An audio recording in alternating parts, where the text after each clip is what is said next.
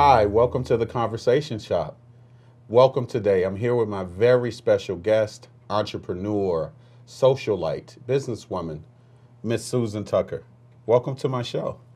Thank you so much for having me. Yes, I'm very excited about, talking to you today. One of the main reasons I was very interested in having you on the show was because I feel that Asian Americans and specifically Asian American women's voices are one of the voices that are not being heard. Uh, your perspective about growing up, what was it like? What was it like being an Asian woman growing up in Madison? What was it like being a young Asian American woman growing up adopted and navigating that culture, but also navigating being an Asian American woman and going to school and dealing with attitudes and opinions? And then going from that transforming in college Yes. into the woman that you have, amazing businesswoman that you've become. So I want you to share that story with my audience, with my viewers. And I want your story, quite frankly, to be a motivational story for the beautiful young girls and young boys that look like you and that are a part of your culture. So again, welcome to the show. Thank you so much for having me. Yes, why don't we start by you just telling my audience a little bit about who you are? We're going to jump right into it, who you are, Okay. and dive right into telling me about growing up in Madison. Um, I was adopted when I was 7 from Okay. South Korea, Okay. um, and I've given myself permission to be just very authentic today because I've resisted early childhood things. I had a very difficult 0 to 7 prior to coming to America. So I don't know if it's going to be motivational. I'll be very truthful in that I am grateful having been adopted by the Tucker family. They changed forever the future direction of a little girl's life. Right. And I don't think they realized it, or do they realize it today? What motivational, motivational in your walk. And I think the average person forgets how special all of our individual walks are. And that there's always, even if it's one person, that you can touch and that you can help. And we talk about that all the time. Then that's what we want to do. And we talk about being empaths and light Yes. bearers all the time. Yes. And that's our walk in life, is to touch people's lives in a positive way. So again, your story, let's not take away from it. I think it's an amazing story, and quite frankly, I think it's motivational because it's motivational to me. So you've already touched me. Oh my gosh. Okay. So again, Thank you. give you a second to gather yourself, and let's dive right in. Just tell us about, your walk. Yeah, so 0 to 7, and as I am facing it in the last couple of years, there was a lot that was repressed. I personally repressed it, also suppressed it. There's two, so one's conscious, one's unconscious. Mm-hmm. And the reason is because there was so much trauma prior to being adopted. The minute that I landed in America into the Tucker household, Irish family, Italian family, Okay. had 4 boys, and then they wanted a little girl, and that's how I became the 5th really boy. Okay. So the tomboy. Only because a total tomboy, because you know what, I wanted to be just like them. And the greatest thing is my father taught me that I was no different. Right. He did not treat me any differently than any of the other boys, which was awesome. And I'm so thankful for that. And I believe, having had 4 older brothers, they taught me a lot about action orientation, about sports. So I wanted to do everything that they could do, but I wanted to do it even better. Okay. So it was that competitive edge. Mm-hmm. And I think that drilled and, this work ethic, he taught us very early on.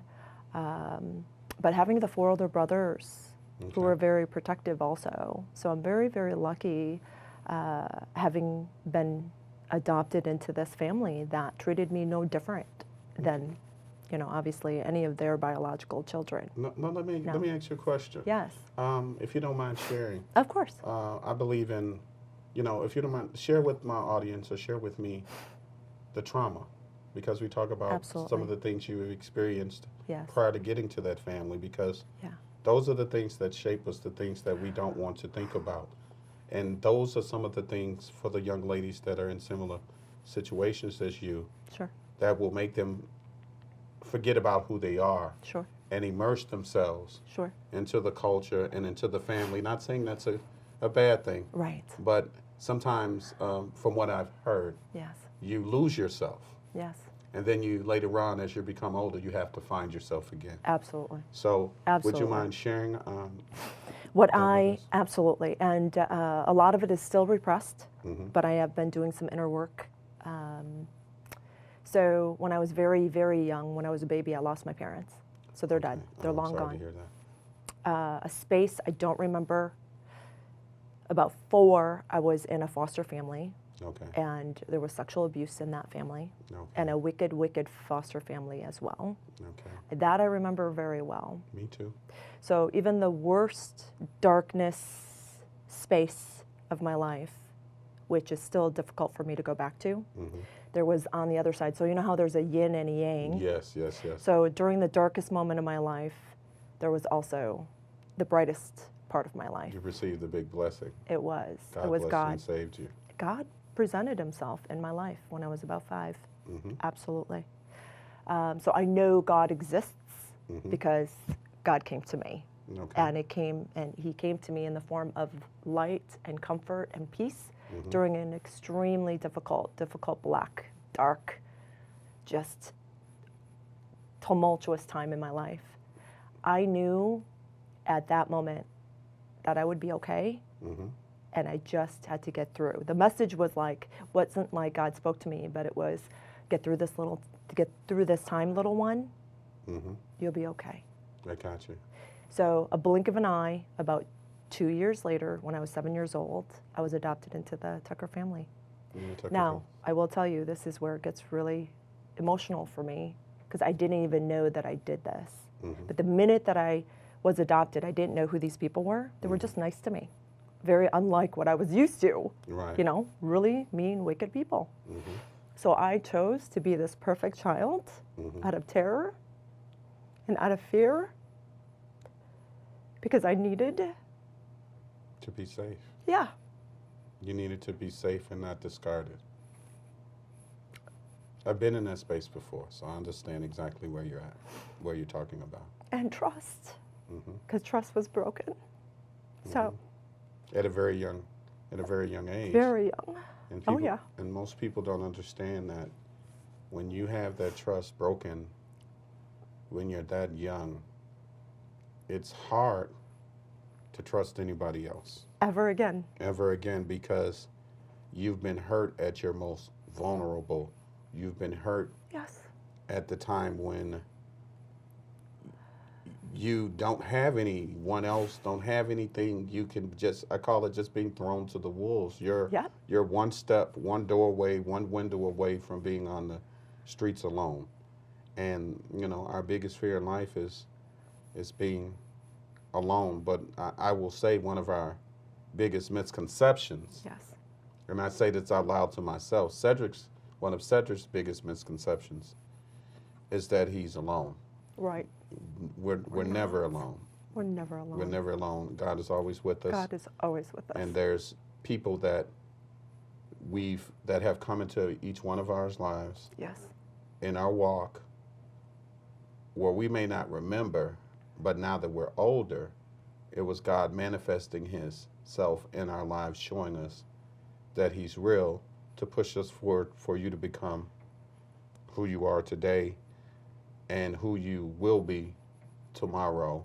And for me, navigating difficult times, but also knowing exactly who I am, knowing exactly what I bring to the table, and knowing that I'm a very good man and I'm a very good person, and allowing that to push me forward and to help me transform, because I'm still transforming. Oh, yeah. I'm still becoming enlightened, but to help me transform into an even better man, so I'm able to touch even more people's lives in a positive way. But right before we go into my first segment break, I'm going to leave the last words with you. Why don't you elaborate a little bit on what we just talked about how um, your family Yes. and God manifesting Himself in your life by bringing you to that family Oh, yes. and that happy point. And then when we come back from the break, we're going to dive right into growing up with your amazing family here in Madison and just self-identification and just growing up. Being in the household, like you were scared, right? We were talking about you being afraid you had to be perfect. Yes. So, Terror. Tara, right? So when did you finally take a deep breath and realize that you can be Susan? Cedric, honestly, not during my childhood. Really? Oh, yeah.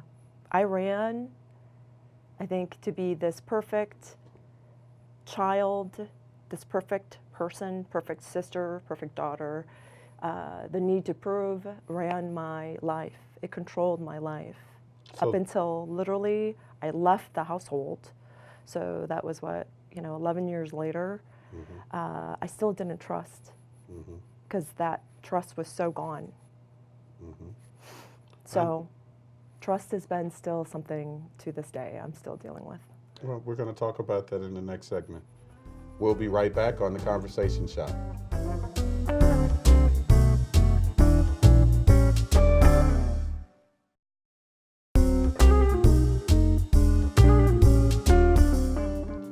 Hi, welcome back to the Conversation Shop. I'm here with my very special guest, Miss Susan Tucker, and again, socialite, entrepreneur, businesswoman, beautiful young lady. Welcome.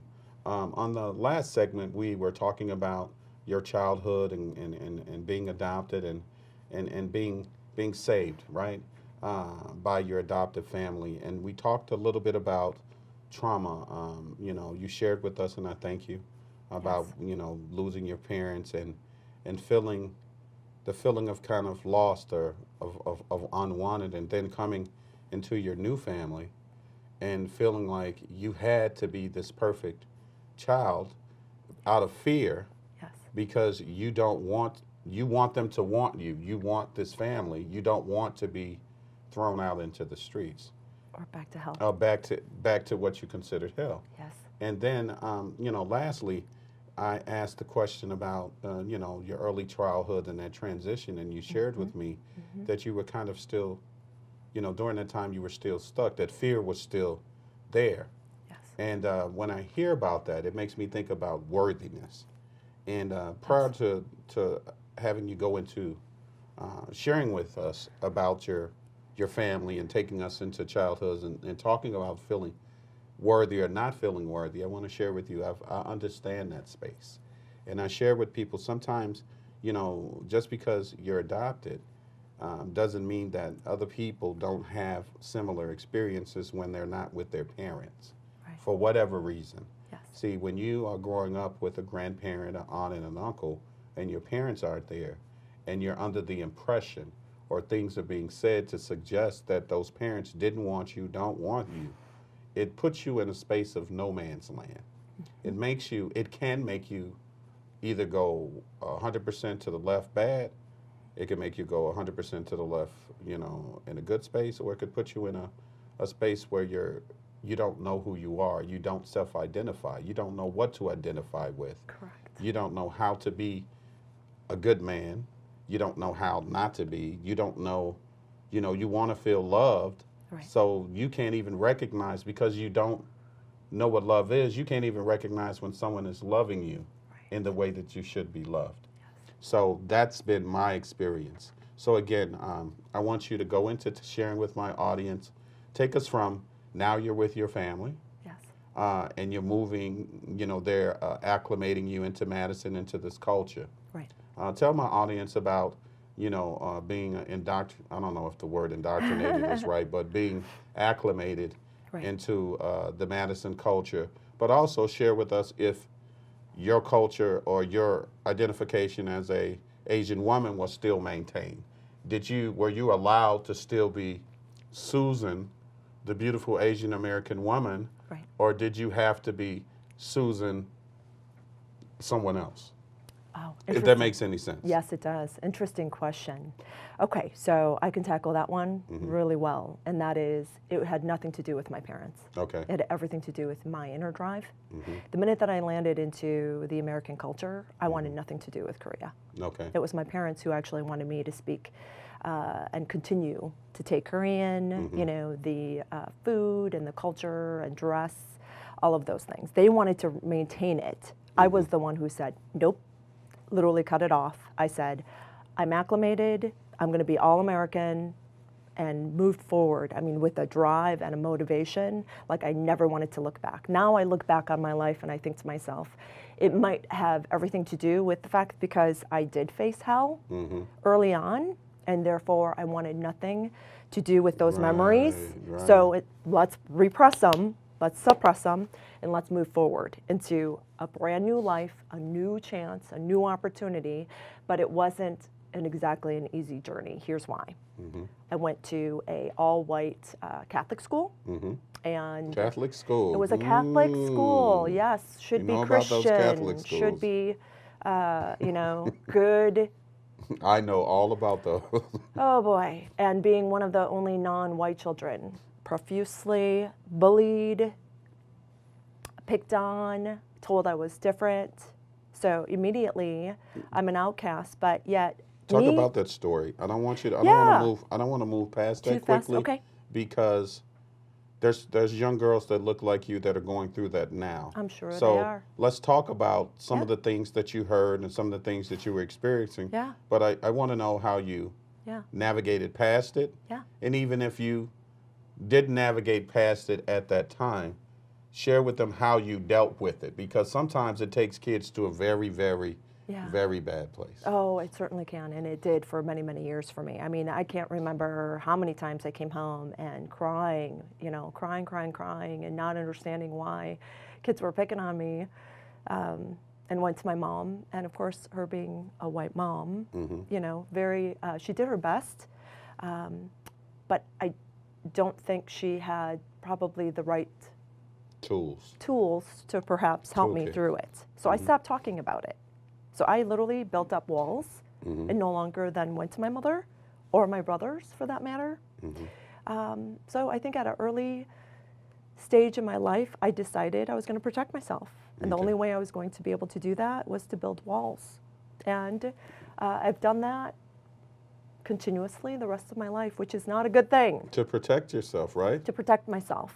Now, you know what? I just have to, we're going to let you dive back in, but Yeah. I just keep hearing walls. Oh, yeah. And then I heard, I didn't want to look back. Yep. Right? Running. Running. I hear Running. running and forgetting. Yes. Because guess who ran and forgot? Yeah. Who wanted to forget, right? Oh, yeah. So you have New Orleans, Natchez, Mississippi, right? Yep. So I have people in my family, brothers, they all say, well, Cedric, why don't you come home regularly? Why aren't you here? Yeah. Well, that place, that city, even though I love it and I love everyone there and I love all my friends there, it's actually a source of trauma for me. Oh, yeah. So when I go there, it's not a pleasant, it's weird. It's a pleasant place, Yes. but it's a reminder of all the things that I Yes. don't want, the Yes. places I don't want to see, the feelings that I want to forget about, right? Yes. Because on one hand, it's the place where I felt the most loved ever in the world, right, in the universe, Right. with my grandmother. But on the other hand, it's a place where I felt traumatized Oh, yeah. the most. So I didn't become a man Yeah. there. I became the man that God wanted me to be, my grandmother wanted me to be, once I left and once I was able to self-identify Sure. and once I was able to find myself. Sure. So I personally didn't find myself in middle school. I didn't find myself in high didn't school. either. I found myself in college. Yeah. And quite frankly, I found myself going to UW-Madison right here was when I found myself. Isn't that Oh, funny, our wow. walk, right? Yes. So again, I just wanted to share my story. So I want you to go into talking about, you know, those walls. You know, do you agree that it may have come out of fear? Because Oh, for sure it did. because one of the things I really want you to speak to is not looking back. Right. You know, forgetting about this your culture, your identity. Right. That's a big part of who you are, right? Oh, it definitely is. So- it still is to So- this day. So talk about, if you don't mind, talk to me about that a little bit. You know, rationale by wanting to do it, struggles with it, or even now, regrets about Yeah. it. Yeah, I still struggle. To be honest, I still struggle. Okay.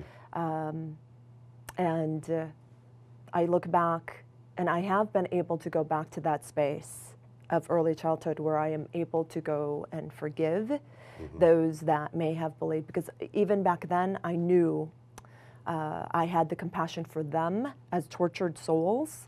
So I have had this, I think this journey, my life, I feel like is a discernment of good versus evil my entire life, because I have faced evil so early on, and then other situations with other individuals, bullying, the picking on, the teasing.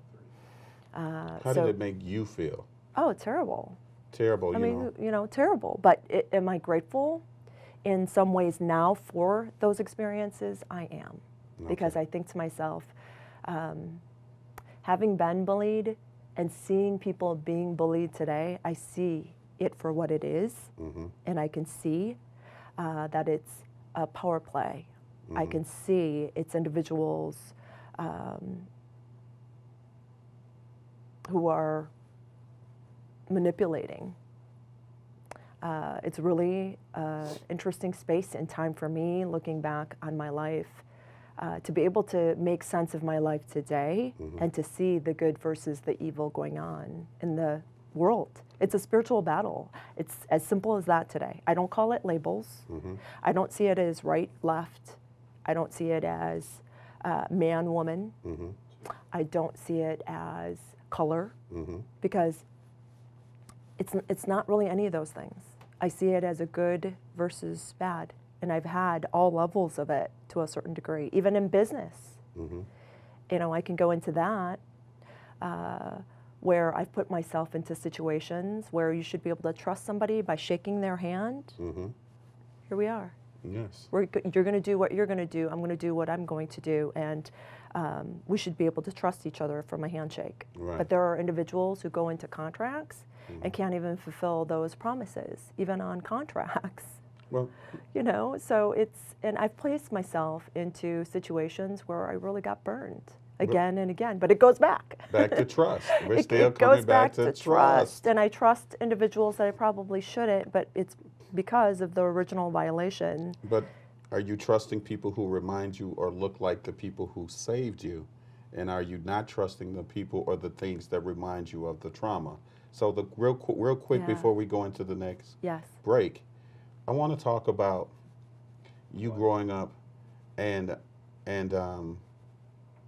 who did you look to for beauty? How did you self-identify with I didn't. beauty as an Asian woman? Did you think you were a beautiful woman? Did you No. struggle with that? Oh, gosh, yeah. Did you think that Still do. everyone that to this didn't look day. like you or looked like your mother, Yes, your adopted mother, was beautiful and you weren't? she was. Because I think a lot of young ladies, Asian American women who look like you, struggle with that Oh, because they for don't sure. see people who look like them in these That's right. beautiful, loving, That's right. you know, oh my God, look at her Right. ways. That's right. We're gonna when we come back from the segment, Sure. to the next segment, Sure. I want us to talk about that and go into that in detail. Okay. Perfect. Okay? Perfect. We'll be right back with the Conversation Shop.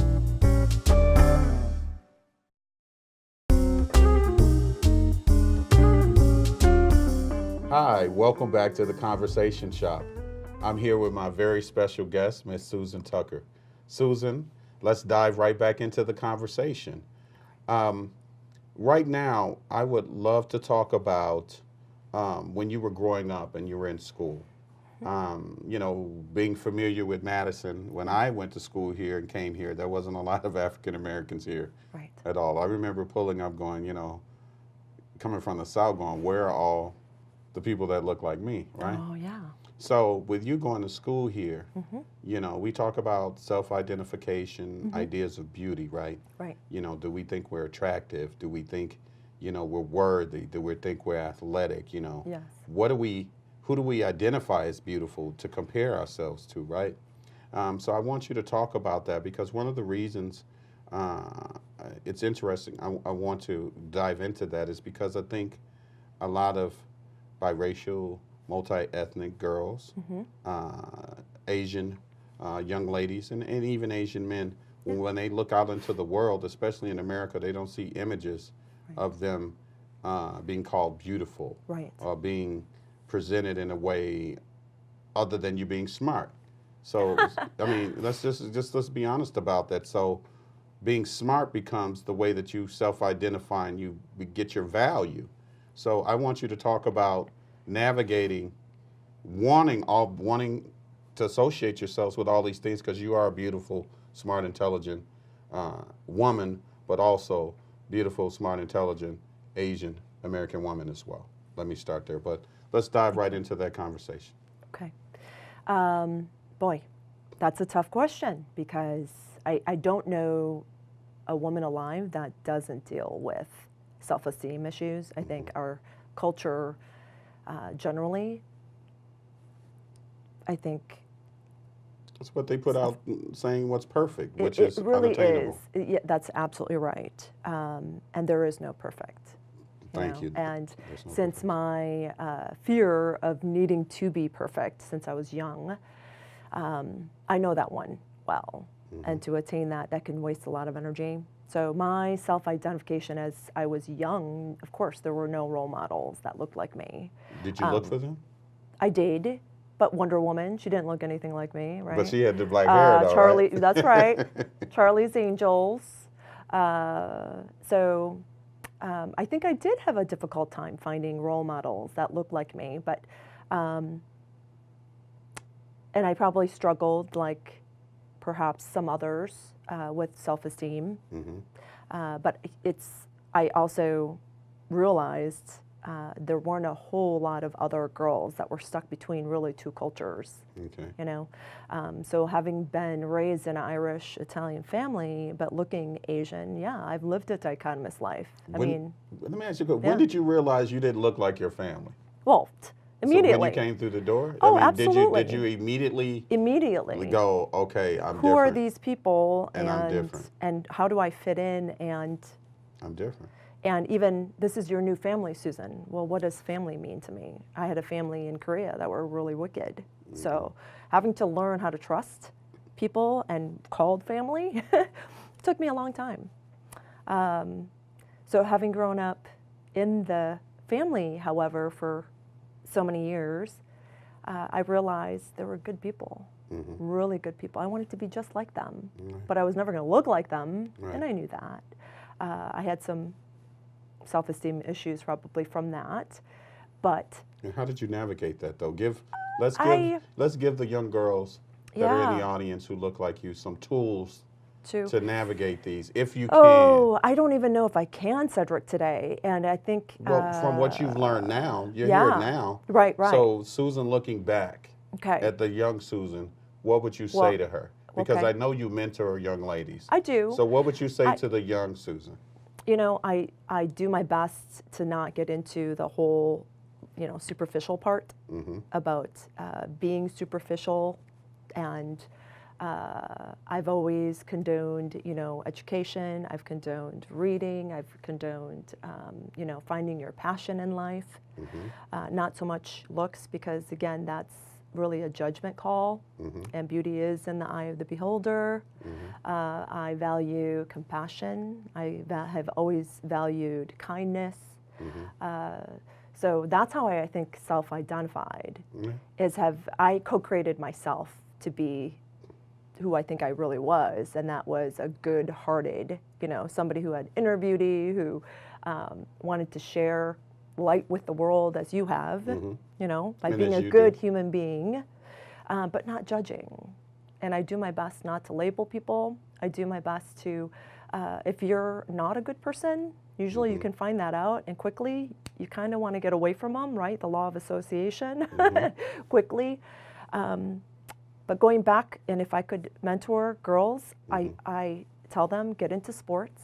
I think sports is one of the things that really saved me, because it was a team effort.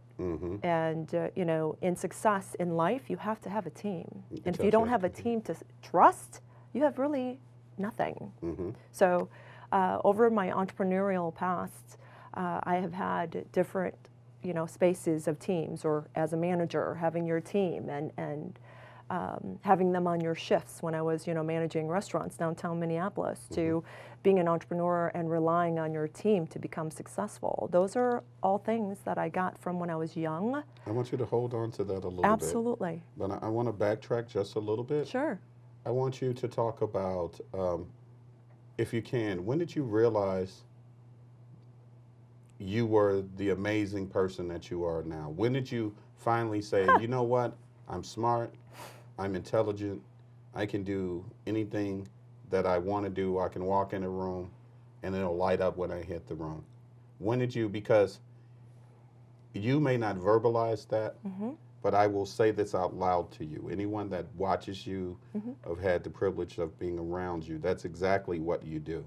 So when did you realize who you were? Even if you're still finding out and growing, that's okay. Oh, but for it sure. becomes a time when you're a business person Yes. where you're sitting in the room, and that's a confidence that you have to have. Yes. So I want you to talk to me about, when did you realize that confidence? But prior to that, when did you, because I want to go back to beauty, right? Because Sure. I know these young girls are struggling with that. Yes. And I know you're Yes. in the house and you're looking at your mother. Yes. Your mother is the ideal, beautiful woman. Yeah. This is what you're seeing. This is who you're emulating. We emulate the people we see every day, That's true. right? True. So you're seeing this, for lack of a better term, this Caucasian woman, Yes.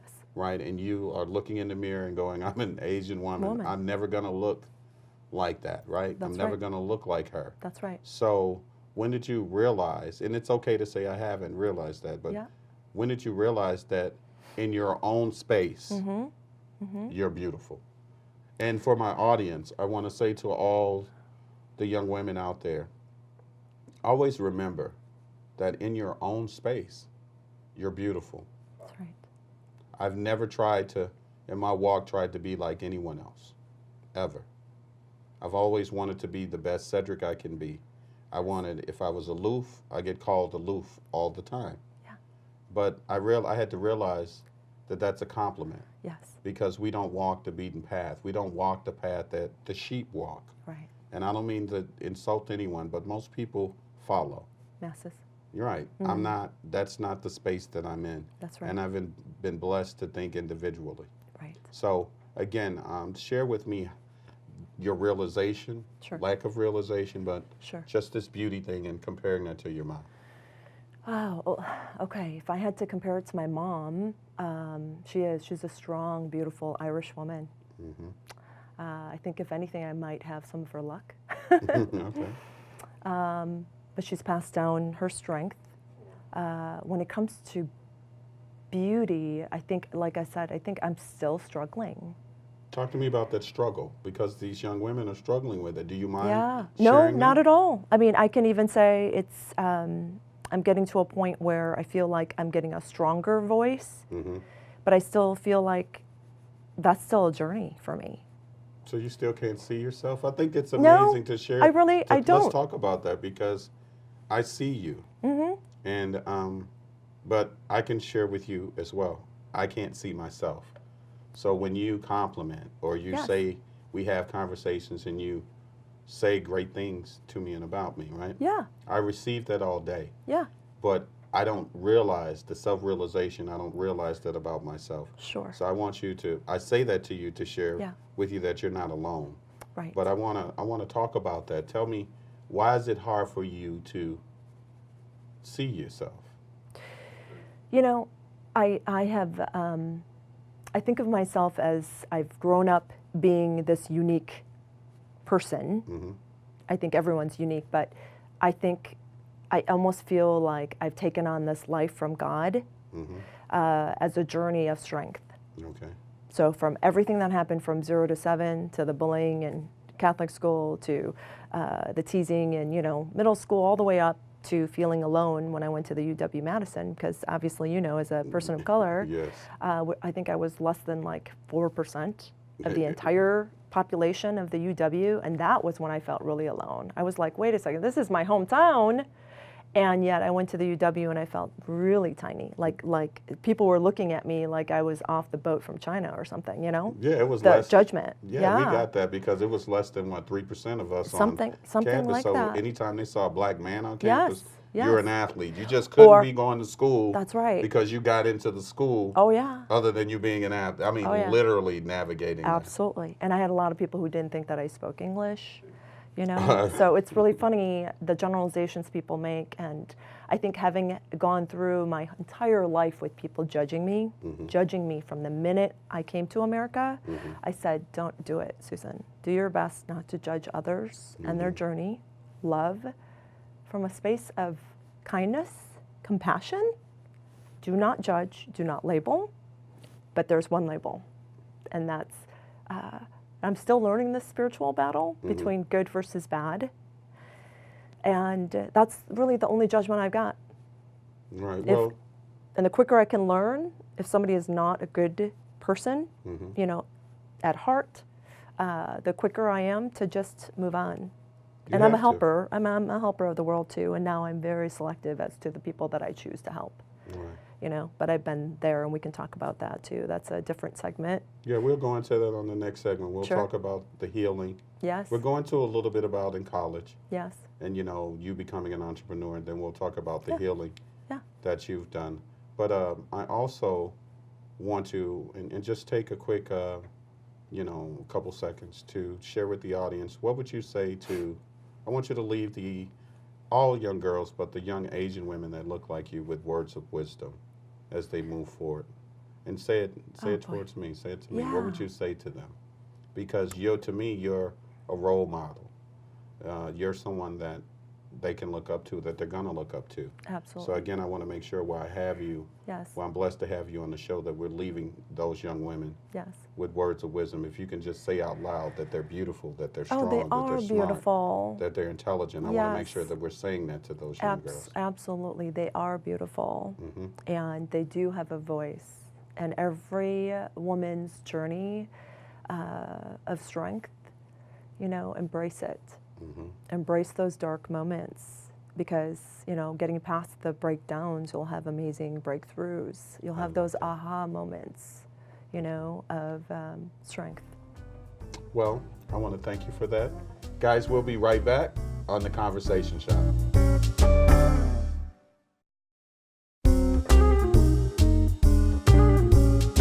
Hi, welcome back to The Conversation Shop. I'm here with my guest, Miss Susan Tucker, and we're going to dive right back into the conversation. On the last segment, we were talking about, you know, you feeling stuck between, you know, two cultures. Oh, yeah. Right, and I wanted to share with you, you know, I think people that come into the country who are adopted or who may be from a different country don't realize that African American people in this country, or people of color, have the same issue. For sure. We struggle with, for instance, as an African American man, right, going to the UW-Madison, Yes. coming from the South, right? When Yep. I'm in the South, and if I'm not dressing a certain way, if I'm not talking in a certain way, if I'm not representing myself in a certain way, then I get accused of not being black, right? And what bugs me is that the suggestion is that all these negative attributes, Right. right? Being a thug, Yes. being from the hood, you know, makes you African American or black. When I grew up, Yes. it was all the positives: being intelligent, being smart, Right. wanting to be a Supreme Court judge, you know, wanting to be an attorney, wanting to be a doctor. Those kinds of conversations made you a proud African American, right? Now, what I find in the line I walk now, I'm going to UW-Madison, you know, I happen to speak a little different, right? Speak a certain way, and I carry myself a certain way. And I have people that have walked up to me on campus and said, "Brother, you'd have forgot who you are, right? But I'm the one that's active on campus doing other things, right?" Or I've had people come up to me and go, "Well, you look like one of those brothers that only dates white women," which is completely not true. I find all women attractive, so I don't discriminate. But again, I don't run past a black woman to get to another woman. I don't do that. I'm very proud of the women who raised me and the people that look like me. But I get accused of that, right? Yes. Without someone knowing me. So there's a line that I walk, right? I walk the same way with the guys, right? There's assumption that's made, oh, then he's not from the streets, quote unquote, right? So Wow. maybe I can get over on him, maybe I can do that. what they don't know is I'm truly the wrong person to play with like that. Right. Right? Right. But they don't understand your walk. People make a whole lot of assumptions. So Oh again, gosh, yes. I just wanted to talk about walking that line. So think about growing up, right? Yes. Think about growing up with a family that's telling you to be smart, Right. telling you to do all these positive things, don't get in trouble, do these things, right? Right. And then on the other side, you got, well, you acting like this, you're not doing that, right? You're not doing all these negative things. So you walk in the line of self-identification. Who am I? Mm-hmm. So if I try to, if I hang out with my white friends, am I trying to be white? Correct. Right? Right. Right? Mm-hmm. So do I only have to hang out with African American kids? Right. So does that make me more black? Right. Now what about the biracial kids, right? Where do they go? What about the Asian kids, Yes. right? Yes. Where do they go? Mm-hmm. What about the kids that are adopted like you? Okay, Right. there's Asian kids over here. I don't know anything about them, right? Yeah. I don't relate to that. That's not I- what I'm going home to, right? Yeah. So Exactly. you relate, you relate to the kids over here, Yes. and then the kids that you relate to are looking at you like you're part of the crew over here. Exactly. So it's the most Oh yeah. crazy, most ridiculous, but it's one of the most spiritual draining, Yes. and it's one of the most when you don't know yourself, Exactly. it breaks a lot of people. It can. You know, if I you think don't so. have good spiritual food, Right. it could break you. So prior to you talking to me about sharing your story with me, I want to say don't forget the spiritual food that you've received in your walk, Oh yeah. right? Because we talk about how you and I don't realize ourselves or see ourselves, right? Yes. Yes. So, but I remind myself that certain conversations with friends, Yes. God speaks to you through them, Absolutely. right? So Absolutely. those kinds of words, a self-realization. So Yes. I always say this to women. Yes. When the man gives you a compliment, Mhm. it's okay to receive it. For Because sure. one of the reasons why I feel women have a hard trouble receiving the compliment is because they don't feel that way about themselves. That's right. They don't think they're beautiful, so they don't know how to receive it, so they'll take it as a negative instead of taking a man calling you beautiful as a compliment, which it has always been. Right. You understand what I'm saying? So, and not projecting, Yes. Yes. projecting your Uh-huh. negative way that you feel about yourself, right? Right. Onto Right. someone else. And prior to letting you talk, just lastly, Yeah. this is what's so funny to me. The woman that's out there bold and all up in the face, quite Yeah. frankly, I think is the most insecure person in the room. I Because agree. she's hiding something. Yes. Because you have all this fluff, you have all these things. Yes. You know, what's underneath all of that? The woman that's in the room that doesn't need all of those things Mm-hmm. is the realest and most honest person in the room. Right? And again, there's no perfection. We're all walking, we all stumble, we all fall. Yes. But it's the determination to be better, Right. to dust yourself off and be better That's right. tomorrow. That's right. So I'm going to leave you with a while to share with me that dichotomy, and hopefully my story helped, you know, make you think of some things that you would be comfortable sharing. Sure. Going back again over my life, you are touching on things that have probably bothered me in those moments. So, you know, there's me looking out from these eyes and looking at people. I do my best because I've been judged not to judge others. However, that doesn't mean that others are not going to judge me. Right. I've been judged my entire life. And I just think that, again, that might be the trials and tribulations that God perhaps put upon me to endure, to overcome, then to be able to speak about it someday. I can't say that I'm in that space to be the strongest voice as I am going through the most intense healing that for the first time I'm willing to face instead of run from. Yes. Part of my story is I am a runner. I Yes. run. And I've had issues in relationships because I've run. Mm-hmm. When the going gets tough, I run. I've never chosen to marry. I am now. Yes, and I am. congratulations. Thank you so much. I am engaged. And it is because he's an extremely strong spiritual man. Fun man. Fun Oh man, and Mr. Dancer. strong. I'm sorry, I like him. Absolutely. I Oh, like him he's a lot. amazing. Yeah, he's an amazing person.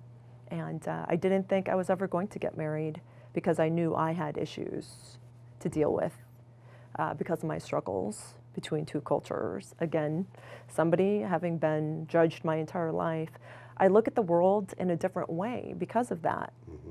Because I've received that my life, I just don't judge others. Right. I don't care. It doesn't even dawn on me. What if you judge other people, then you leave the door open to be judged, right? Yeah. And what I've had to learn in my walk is I'm really not worried about what other people think of me, to be honest with you, because it took me a long time to not worry about it. Yeah. Because typically and this is so funny, I share this with my kids. I said if someone says something bad about you Yeah. or is picking on you, it's because they feel horrible about themselves. Selves. Bingo. You know, I said they're the Bingo. weakest person in the room. Bingo. You know, you have to laugh that off. And, you know, I have people that say, oh, you find things so funny. Yeah. I said, I've learned to laugh at life, because if you can't laugh at yourself and laugh at life, it makes the ride very, very miserable. Absolutely. And, you know, recently I've just going through some transition. And I have to say that the surprising part, and I share with you about growth, is that I smiled, you know, because it was liberating. Good. You know, it was very, very, it's a very liberating experience for me right now, because I had to realize that I was extremely unhappy. I see. And you have to make choices in your life to be happy. And a little bit of tribulation tends to lead to and open the door to great triumph. That's right. You know, and I've lived my life, and my life is a testament Yes. to those kinds of things. Absolutely. So again, share with me, you know, because we're talking about healing now, right? Yes. Share with me, you know, how did you get into being this entrepreneur, businesswoman, and then talk to me about your healing. How are you coming out of that? How are we healing? Well, currently, I'm healing more intensely than ever in my life. Like I said before, I was a runner. I was addicted to helping people because I didn't want to face my own stuff. I finally got over that because the trials and the tribulations, the lessons kept coming, and they keep coming until, you know, you have a breakdown. And there's no other way but to face them. Well, So all signs, I guess, in the world showed up right at a perfect time. And then having met my fiance, where he is dealing with health issues.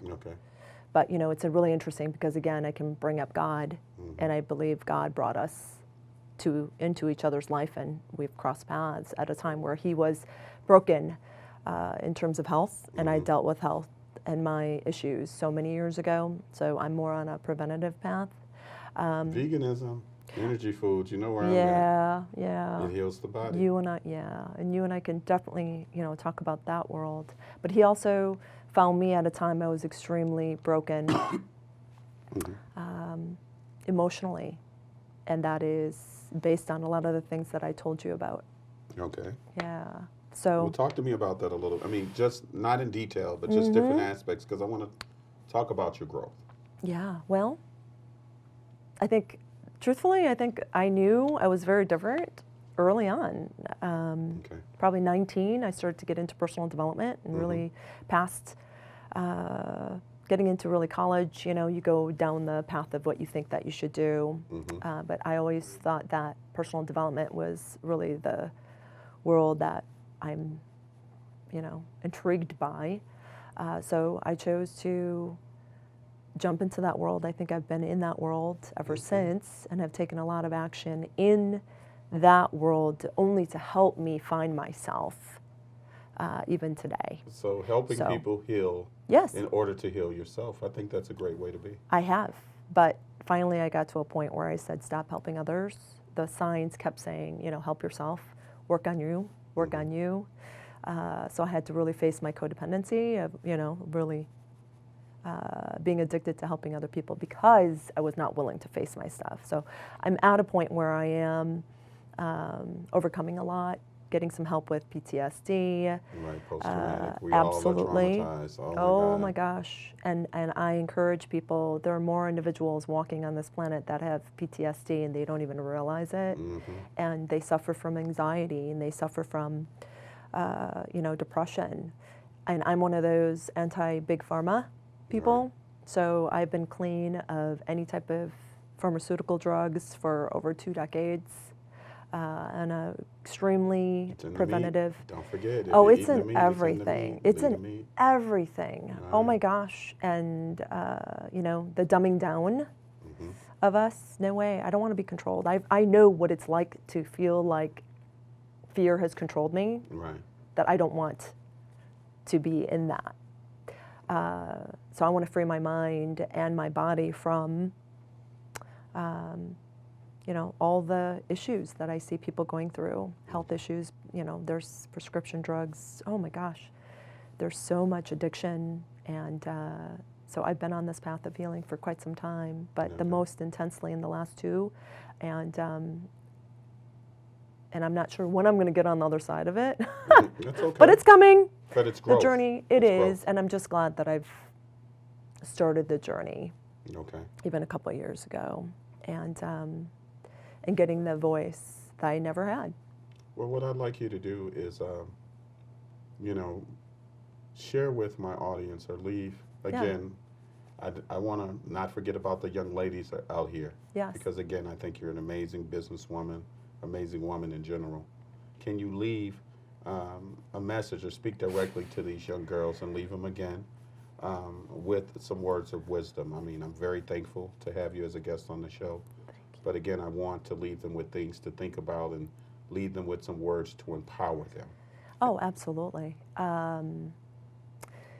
And this goes for all women, Yes. and that is to do some seriously deep soul searching as to who you are, and it has nothing really to do with what you look like. Right. Yes, you do have to embrace, who you are, but I've always looked at people as a sense of light, Right. So the cleaner, the clearer you get with who you are Mhm. at heart level, the more that you can transfer your good energy to others, Right.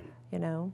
I agree totally. So don't worry about the superficial stuff, Focus more on being a good person, Mhm. helping others, because there's so many people who deserve healing. And I just think we worry about things that we really don't need to even focus on. Right, but You know? there's a maturity that comes with realizing that, though, right? Yes, perhaps, and maybe you can call it that. But I do my best, and I do catch myself when I'm like, oh, here's the old need to be perfect showing up. But then I realize, oh my gosh, but you have to, allow yourself to connect with other people too. Okay. Well, I want to thank you for being my very special guest on the Conversation Shop. Absolutely. I definitely look forward to having you as a guest in the future. Great. And I want to thank you for being a positive role model, being an amazing woman, and also being an amazing Asian, beautiful Asian woman as well. And I want to tell my audience thank you for joining us on the Conversation Shop. And for all those young women out there, specifically tonight, those young Asian ladies, you're beautiful, you're smart. You don't have to compare yourself to the majority. Look in the mirror, the reflection that you see is beautiful. Embrace that. See you next time on the Conversation Shop.